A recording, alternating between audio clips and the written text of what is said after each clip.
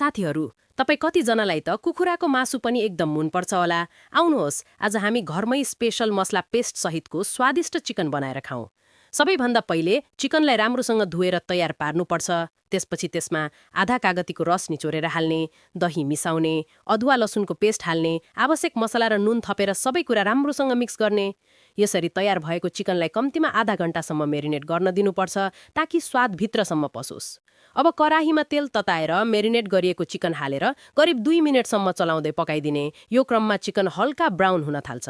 त्यसपछि स्पेशल मसला पेस्ट बनाउनका लागि केही सुक्खा मसला हल्का ड्राई रोस्ट गर्ने। त्यसैगरी अर्को प्यानमा तेल तताएर प्याज र लसुनलाई सुनौलो रङ आउँदासम्म फ्राई गर्ने। यी सामग्रीलाई मिक्सरमा हालेर राम्रोसँग पेस्ट बनाउनुपर्छ। पेस्ट तयार भएपछि यसलाई पहिले पकाइएको चिकनमा हाल्ने र करिब 2 मिनेटसम्म राम्रोसँग चलाउने। अब आवश्यकता अनुसार अलिकति पानी थपेर भिर्को लगाएर मध्यम आँचमा करिब 20 मिनेटसम्म पकाउन दिनुपर्छ। यसरी गर्दा चिकन नरम हुन्छ र मसला राम्रोसँग भिज्छ। अन्तिममा ताजा धनियाँको पात हालेर सजाउने।